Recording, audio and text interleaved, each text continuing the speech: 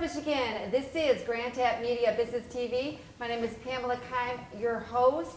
The spirit of the show is to introduce West Michigan to all the businesses, nonprofits, individuals that can help us thrive in our lives.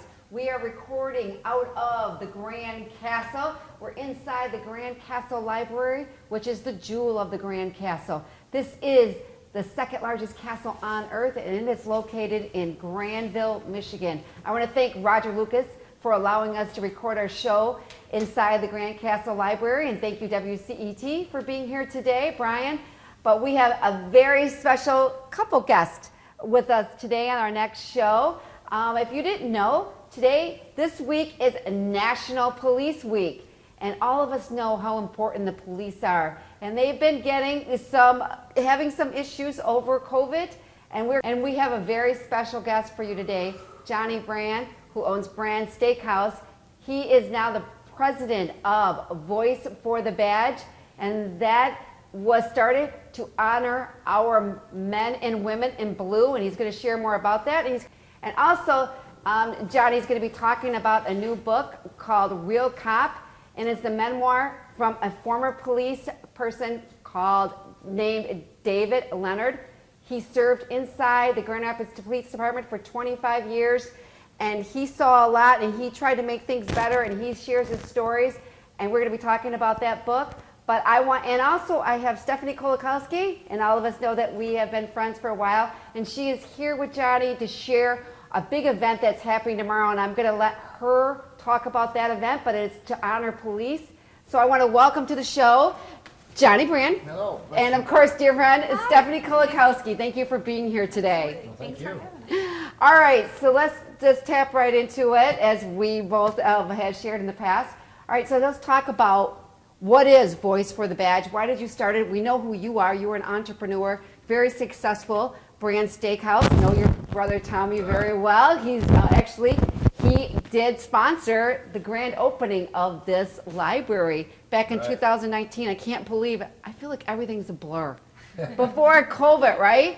But anyways, and I know what has happened with the media and what people have been talking about defunding the police, which is just mind-boggling. And the scrutiny they're under today, performing their job, helping us, stay safe. I want you to share this new organization that you're president of and the event that's coming up tomorrow. But and of course, Stephanie can share more about that. So welcome to the show. Well, thank you very much. Okay. As far as Voice for the Badge, I started it because I love the police. They get a bad rap, and they need people to stand behind them. And Voice for the Badge does. Well, we're twofold. In our mission statement, we want to collaborate to build community relations. And so we're working on that. So it's to help the inner city and to help our police and to get them to join together so there's an understanding to make improvements. But I just have a passion for the police, and Voice for the Badge board is a board of people that have the passion I do. Well, you started this back. Was it before? I know Stephanie sent me the information on that, and I want to get that right. But anyways, you did start this before COVID happened, is that correct? Did you see some problems there already with the police? Can you tell us a little bit about we all want to honor the police, but there's a big step, and I'm starting an organization that's going to make that happen. People that support the police, but you took it a little bit further, and you started this organization called Voice for the Badge. Did something happen, or you just kept hearing people being so negative about the police that that they do a great job? Well, that was one of the reasons. I have a lot of police officers that come in to the restaurant. I got to know them better. I care about them, and I care about our police throughout the nation. And I just think that right now the narrative is against our police, and they're the ones who protect us. And defunding in Grand Rapids would be a disaster. And I have the statistics, Stephanie does, it would be a disaster for the safety of the entire city. So it comes down to a passion, and the problem we have now is there's a saying, silence no more. And that's for the supporters. I mean, they just don't speak out. And not in a way that's trying to cause any problems, but just to be heard that we stand with our police, and this city will become unsafe if we defund down to the percentage they want to.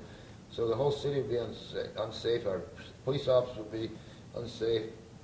It's just can't be done. Cities that have done it, it's proven it doesn't work, they're begging for the police to come back. Oh, I know. I do research that. And I know your husband, let's welcome Stephanie Kolakowski to the show. Your husband's a former police officer. He just retired recently. And I've had conversations with him too, he started seeing some of this. Let's talk about a little bit among you, what's his feelings on when he hears the word defund the police? Yeah. Can you share a little bit of his role that he had in the Grand Rapids Police Department? Absolutely. Okay. Yeah, so my husband, Ed Kolakowski, served in the police for 28 years. 25 of those years was spent with Kent County Sheriff's Department.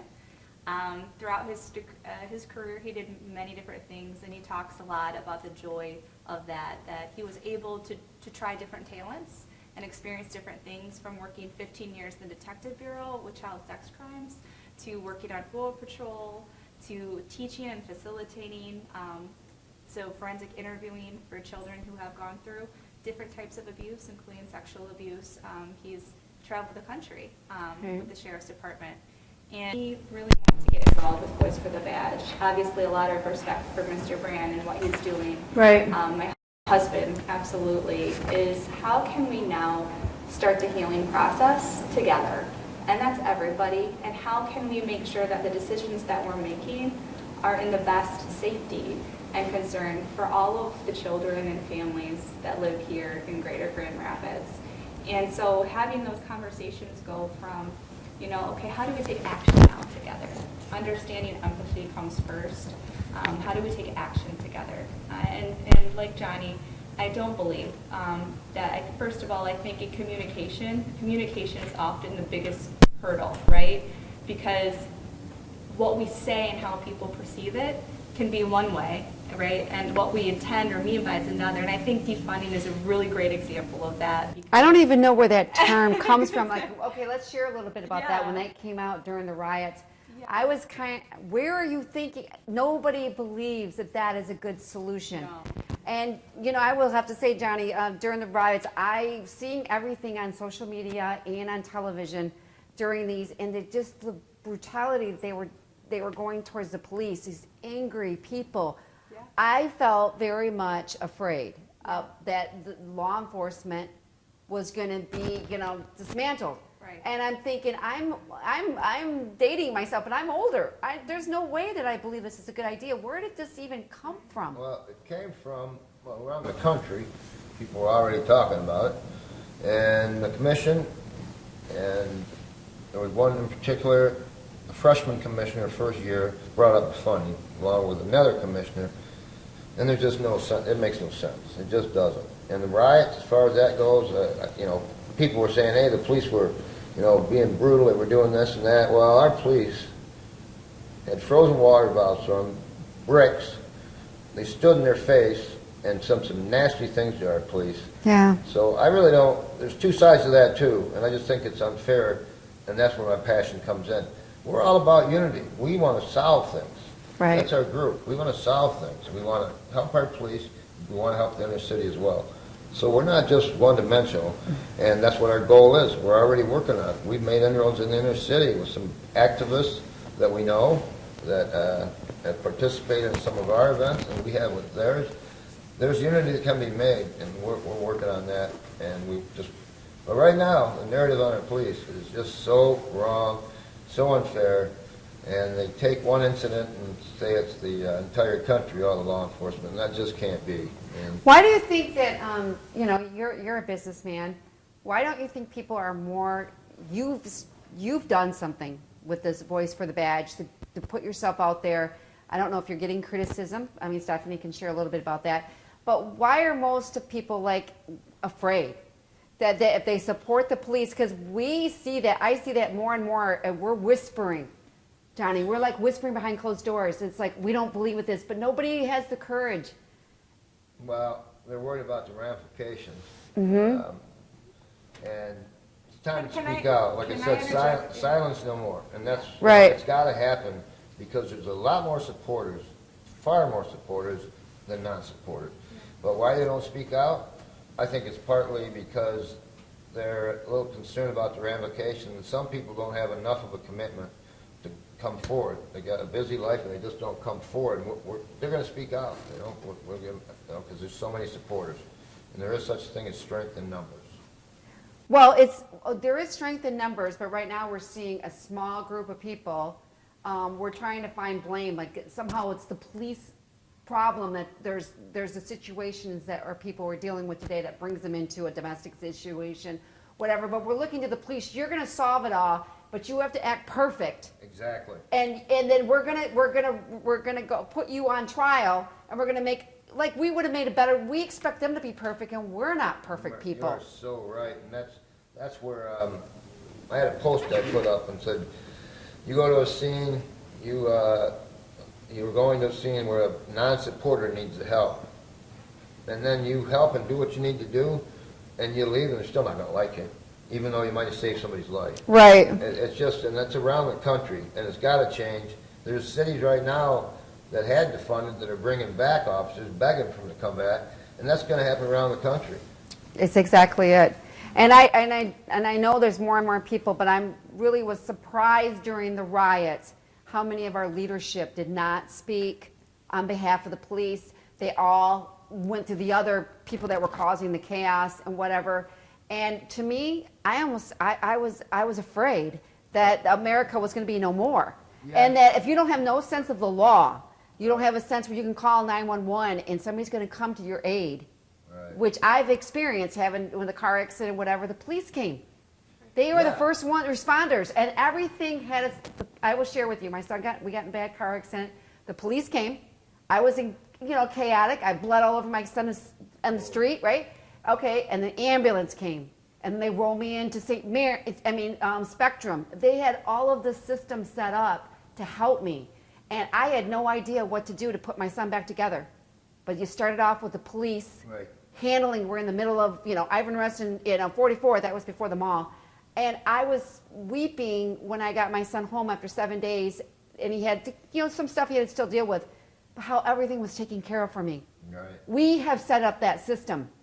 Well, the public doesn't really realize, unless they really care about law enforcement or love law enforcement, it's their mission in life to help them, and that's mine. Right. They don't understand that if they pull over a drunk driver, that they could potentially be saving your kid's life, your dad's life, your mom's life. If that drunk driver kept going on, they didn't pull him over, he could have killed somebody. Same with speeders. I mean, they pull them over. If they don't, they're going 90, somebody else could die. They're a deterrent to crime when we have enough officers on the street driving around patrolling. And there's just so many different aspects of law enforcement beyond just protecting like a scene where there might be gunshots. Beyond that, which is terrible, but they have so much other ways they help people in ways that people don't really look at. And the same with drugs. They had a bust here a few months ago where they took a lot of drugs off the streets. There you go. There again, young kids. Right. So it's just the narrative is not right, and they generalize their police is what they do. Well, all of us live in pretty safe neighborhoods. We understand that. We know we pay for that safety. I mean, you just don't have a neighborhood. Okay. So I feel like it's the police, the judges, the court system's job to handle things. I can't think of everything, but I need to know that there's a sense of the law. And when there's no sense of the law, let me tell you, Johnny, all of us are like scrambling in little groups and saying, I can trust you and you, but I don't know if I can trust you. And I feel that that's happening, and the police are being, they're being ridiculed. And I'm saying, where did that, can you share a little bit if you talk to representatives, especially your brother? He's for the police, I understand that, but maybe Stephanie can say, what are we supposed to do as citizens? Because all of us we're all looking at them like, we see it, but we don't know what to do. Well, what you have to do is support the police and, be adamant and telling the city that our budget needs to be increased, not decreased. Right. And, just keep battling until it happens, and that's what we're going to do. I mean, we want safety. Right. And you have to understand, when these defunders come aboard, they're looking at an area of the city that they're unhappy. We have over 200,000 people in Grand Rapids, all need to be protected. So you want to defund based on an area, it affects the whole city. And, I put a post on our Voice of the Badge page that said, what I am witnessing is the ruination of Grand Rapids, Michigan. Right. You know? I think a lot of people talk about, many people behind closed doors feel the same way you do, Johnny. It's just like what's happening here, and we're witnessing it. It's almost like we understand other people in other countries that have dealt with this, breakdown of the system, and say, well, just, do something. Yeah. Well, as you can see, more people are like, I have my livelihood, I've got this, I got that. I don't know what to do, or we're just paralyzed by fear because we can't believe that. And of course, now, Stephanie, I want you to share a little bit as we move forward. Nobody, your husband, nobody wanted to make a mistake. And define what a mistake today is. Oh my gosh. They want to do the right thing and bring some order, peace, help the families. Share a little bit about something that that your husband dealt with on the night of the riots. Absolutely. So on the night of the riots, it was first of all, it was our family's first experience. We were married. My first experience as a wife. Right. So emotional. Seeing him not working that night or being called in the moment, just run as quick as he could when we were watching the news to put on his uniform, and me saying, "Oh no, you don't need to go." No, it's my duty to go. I know, because he may not come back, right? You know what I'm like, and I'm freaking out. I'm calling his sister, I'm calling his mom, I'm calling Mo, trying to get everybody in the family in line, to keep everybody communicating. And it was like I called my dad. I couldn't sleep. I was, he was down there, and I'm seeing him, and checking in on him, and he came back the next day, and I was still in bed, wide awake, 5 a.m., and I just held him. Right. He came back with a tagged car. He came back, emotional. He had been urine thrown on him. He had been called every name you could possibly imagine. And as officers and officers' families, sometimes we're not so good at being vulnerable because we see and hear and are around so much. Right. I mean, think about going to a job where you're not going to somebody's house because they're having a good day. You're going to somebody's house because they're having a really bad day. Yeah. And they need help. And so I think that there's a misconception, and I hear a lot, well, it's their choice. No, people who are called into that kind of work, it's more than that. It's their ministry, it's their calling, it's their call. It's their calling in life. Right. Yeah. And we need people who are called to follow that calling, to go into that career. And we need to make sure that we honor and respect people that are in that field and doing all the right things, and not let a minority affect the majority of police officer men and women with feeling the morale of not being loved or respected or cared about with their community. So that was a big shift for me in perception of, okay, I see such commonalities on a lot of the work that I've done in the inner cities too. And now this side, that the bridge and the connection, the feelings and the emotions are real on both sides. Right. And I think sometimes when we put into words, like you asked a super good question about where did defunding come from, defunding is, in my perspective, should have never been called that. It should have been called reallocation, and not taking from one to give the other, because that's a mindset, unfortunately, of a lot of people, of building more of a budget, not taking away from the police budget for resources in the inner city, right, but building resources. Let me interrupt, because one thing about that is you have to have a city commission, you have to have a city manager that understands. You have to know the statistics of crime and what's happening in the city, and they should vote accordingly. As in Washington's case, he's appointed, and he leads the charge. He does proposals of budget to the commission. But right now, our city commission, we don't have supporters. I'm not saying they're anti-police, right, but they're not pro-police. They don't understand what's happening. And I could sit down with them, and I could tell them where to get that money. I bet you could. I've gone through the budget. You can get all that money Right. by cutting this out here, and you can end up with the money you need, because inner city needs money. We want them to improve. We want things to be better for them. And still, you'd have enough money for the PD. But you talked about the riots. Well, I can tell you one thing. The next day, when our mayor went on TV and they said, "Oh, our city's coming together, it's great to see the unity, they're getting the graffiti up," I'll tell you what she should have said. Thank God for our police officers protecting the city against them trying to go against our police. They deserve credit, they deserve their honorable, they took care of our city, but not a word. That's motivation, and that's appreciation, and that's what they don't get, so their morale's as low as it's ever been voice was Well, I know a bad. lot of people that were, had businesses downtown that told you it was awful. It was absolutely awful. And they thought they were gonna burn the city down, in our beautiful city, all that money that was poured into it. We all know, we've gone to events, I mean, this is what has changed since COVID of the downtown area. It was sad, and we should have been the next day, we had the National Guard, and all of us were glued to our TV, and we needed the law to stand in. You're not burning down our city. You're not destroying what we've built. I'm not here to say everything's perfect, but we've built a beautiful city. And it's one of the best cities in the country that people wanted to live in, and all of a sudden you are not on my watch.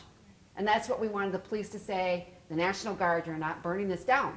Right. And I understand, yeah, you put graffiti on there, whatever, but honestly, I still see the city struggling, even though people are moving down there. Yeah. But to go downtown, we don't go downtown at night. But that's exactly right. I've heard of people, a fair amount of people from out of town, that we're getting the perception of not being a safe city. Right. And also perception is reality in people's minds.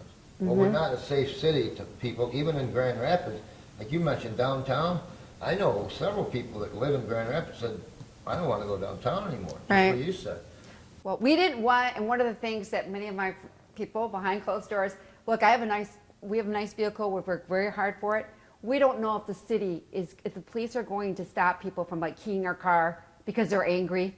Now you and I we were raised, we would never do that to Right. somebody. But there's people out there that think they're justified to do anything, and as we saw them screaming at our police, what makes you think that they're gonna have any respect for our cars?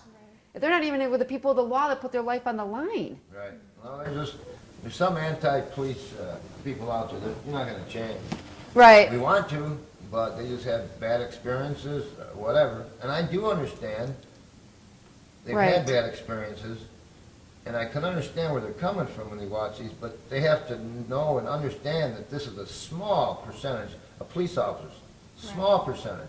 But that's what gets in the news. And in the case of George Floyd, I believe the officer deserved what he got.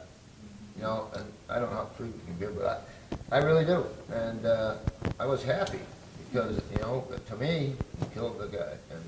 And a lot of people have different opinions on that. But then the narrative gets worse. It's like, oh, Yeah. police are terrible because this happened here and they're rioting. And it's like it's not all police. And I think we put too much on the police, and we put too much for them to solve the problems of the domestic homes. They're coming in when it's already been escalated. We expect them to be able to act, rules of engagement. Say we put our military in those arms and say, you have to act a certain way, we're gonna judge, but we kind of tie their hands. And when we saw people screaming at our police, and you're like, well, you and I, we don't grow up, and we see an officer, you know, although, you know, I'm flying down the freeway, you know, and every time I see a cop, I'm like, ugh. But I'm glad they're there. Yeah. I'm glad they're there.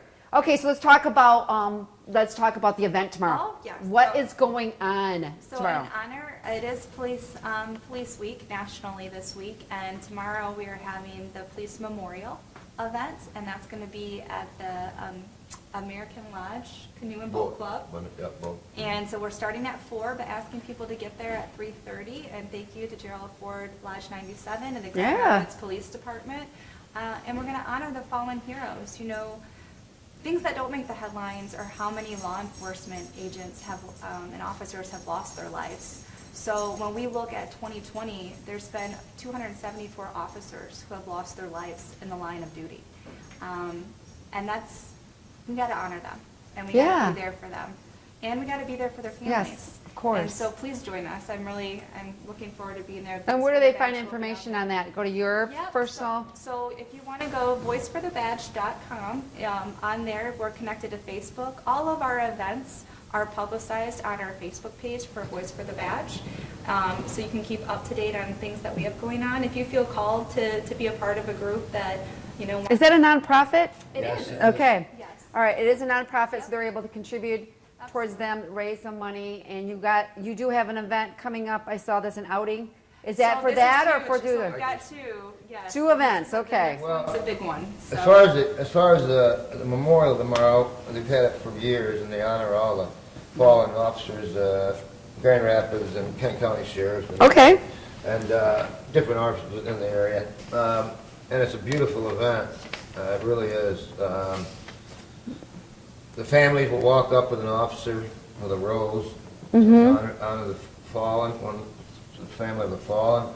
It's just a real touching event. And I've gotten to know the Kosminski family and the Slot family, and the emotions are still there after that many years since they were killed in the line of duty.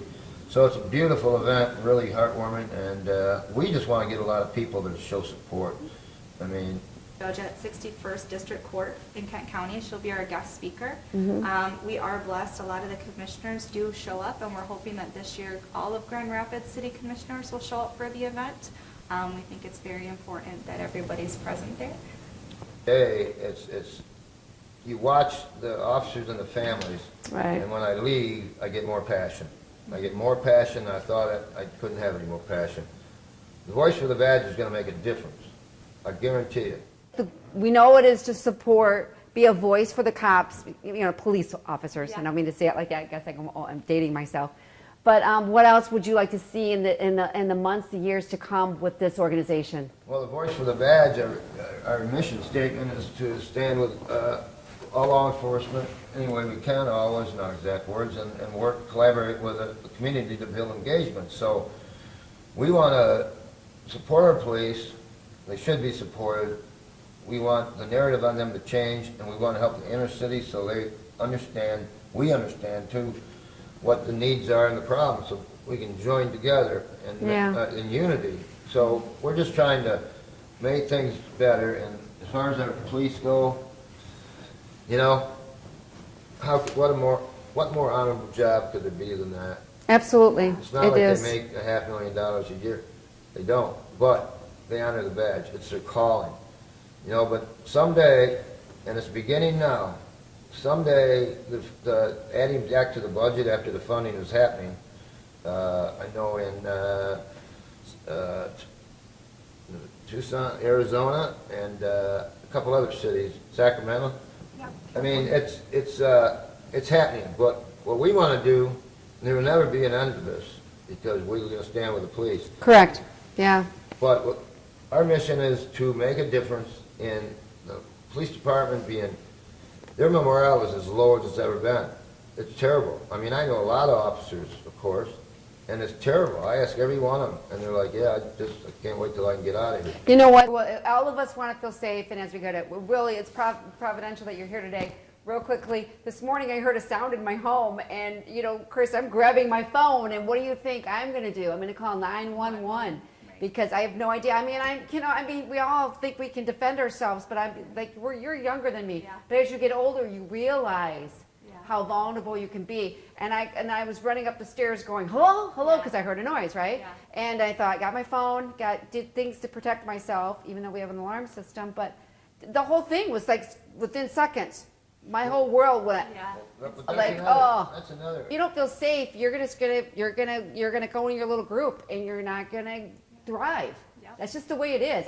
When I feel safe, I feel I can do anything. Well, That's so You know? true. That's back very to Right, and I think you parents out there that have their kids home, they're doing virtual or they're like a half and half. I know your daughter's in that one. You know what? It would be really nice. Send a letter to the Yes. police department. They may not be driving down your street, Yep. but I will tell you, when you're scared and you need somebody to have 911 and know that people are going to come to your aid is the best feeling ever. Yep. It's the best feeling ever. Also, send in your stories. So Yes. for your stories of any positives that you've had with law enforcement or a thank you that you want to throw up, we would love to highlight you and your family on our social media pages and also share that with an officer. Commission meetings are posted up too. So as we're going through the budgeting process, they're still a couple weeks late.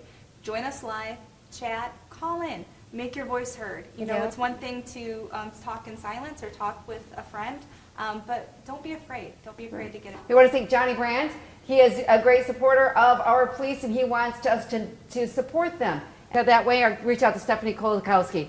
So thank you so much for sharing your Thank new you organization very much. here. We love our police. All right, Fast and blue. this is Pamela Keim from Brann-President Media Business TV, and we will catch you next time. Take care, everyone.